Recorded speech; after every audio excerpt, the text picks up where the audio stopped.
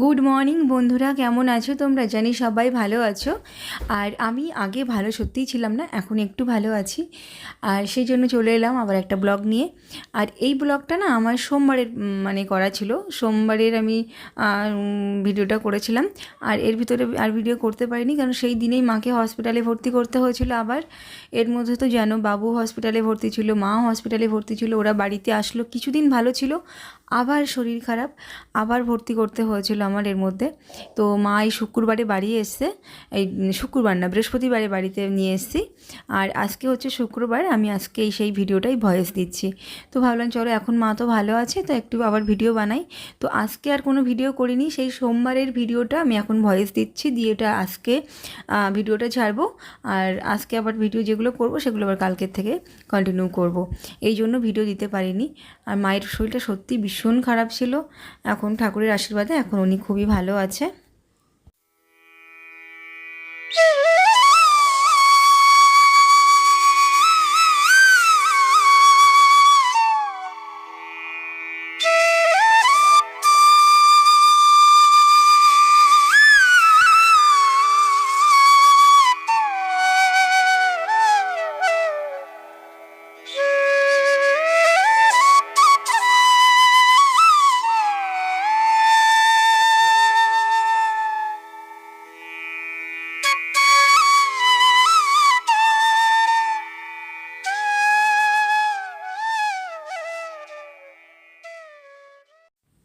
সকাল থেকে তো বৃষ্টি হয়েই যাচ্ছে। শুধু আজকে বলে না, প্রায় কয়েকটা দিন ধরেই তো হচ্ছে, অনেক দিন থেকেই হচ্ছে বৃষ্টিটা এদিকে। কিন্তু অস্বস্তি লাগে, একভাব বৃষ্টি হলেও ভালো লাগে না। চারিদিকে একদম জলকাদা হয়ে থাকে। আর কি আর করা যাবে বলো, বৃষ্টি হলে তো সেটা তো আর বন্ধ করা যাবে না। তো সকাল থেকে বৃষ্টি হচ্ছিলো, ওই জন্য আর কোনো বাইরের কোনো কাজ করতে পারিনি। যা কাজ ছিল সব ঘরের কাজ ছিল, সেগুলো সব হয়ে গেছে, স্নানও হয়ে গেছে আমার। তো তারপরে এখন যেই বৃষ্টিটা থেমেছে, সেই গপুকে নিয়ে বেরোলাম বাইরে। যেহেতু যেদিন ওর দই দিয়ে স্নান করানো হয় না, সেদিন একটু জলটা বেশি লাগে, ওই জন্য বাইরে বের করা হয় সেদিন বেশিরভাগ, না হলে ঘরেই স্নান করানো হয়। তো আজকে ওই জন্য বাইরেই বের করিয়েছিলাম, কারণ দইটা দেওয়ার দরকার ছিল ওর গায়ে, আবার একটু কালচে হয়ে গেছিলো গপু। তো সেই জন্য তো বাইরে বের করে ওকে স্নান করিয়ে। আর জানো তো, বাইরে বেরোনো মুশকিল, আমাদের এই কলের সাইডটা না ভীষণ ছ্যাতলা পড়ে গেছে। তো ওই জন্য না ওইগুলোর পরে পা দিলে না স্লিপ কাটার ভয় থাকছে, ভীষণ ভয়তে ওকে নিয়ে নামতে হয় আমাকে। তো ওইগুলো পরিষ্কার করাবো, সেটাও পারছি না, এত পরিমাণে বৃষ্টি হচ্ছে, কে ভিজে ওইগুলো করবে বলো তো। ভীষণ মুশকিলে পড়েছি। এই যে গপুকে স্নান করিয়ে ঘরে নিয়ে এসেছি, ওখানে থেকে নিয়ে এসে এখন ওখানে অল্প করে গা মুছিয়ে দিয়েছিলাম। এবার নিয়ে এলাম এখানে একটু গাটাগুলো মুছিয়ে ওই জামা কাপড়গুলো পরাবো। আর জানোই তো, সব জামা কাপড়গুলো ছোটো হতেই শুরু করেছে। এই জামাটাও যখন নিয়েছিলাম, আগের দিন যে জামাগুলো পরিয়েছিলাম সেটা এর থেকে এক সাইজ ছোটো ছিল, তো সেটা তো ছোটো হচ্ছেই। আর ওর থেকে বড় সাইজ ছিল এটাও দেখছি ছোট হচ্ছে। আমি না বুঝতে পারছি না। আমি প্রথমে যে জামাগুলো পরাতাম সেটা ছিল 5 বছর থেকে, হ্যাঁ 5 বছর বাচ্চার গায়ের জামা আমি পরাতাম। এখন আর এইটা নিয়ে এসেছিলাম 6 থেকে 7 বছর বাচ্চাদের গায়ে হয়ে যাবে।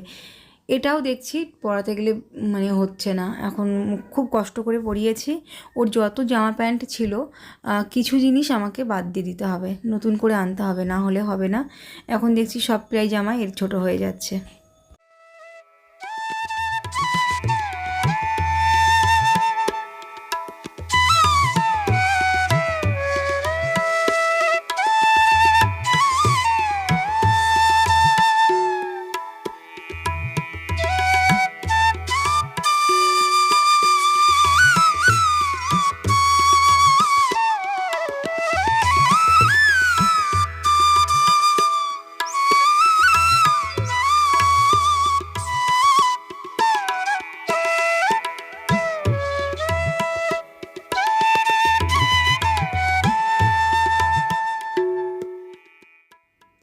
শ্রাবণ মাসে 4টে সোমবারই করতে চেয়েছিলাম, কিন্তু 2টো সোমবার তো পারিনি করতে। একটা সোমবার করছি, আর একটা সোমবার আছে, জানি না সেটা পারবো কি না।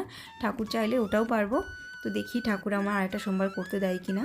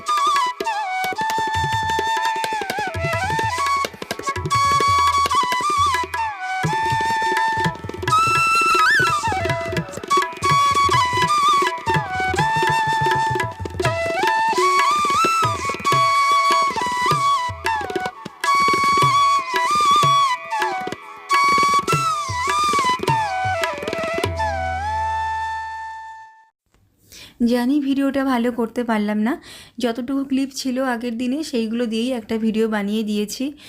কিছু করার নেই, শরীর খারাপ থাকলে তখন আর এসে ভিডিও টিডিও কিচ্ছু ভালো লাগে না। তো যতটুকু ছিল ততটুকু দিয়ে বানিয়েছি, আবার আজকের থেকে ভালো করে বানানোর চেষ্টা করব। তো চলো, ভালো লাগলে লাইক, কমেন্ট, শেয়ার করো, সাবস্ক্রাইব করতে ভুলো না।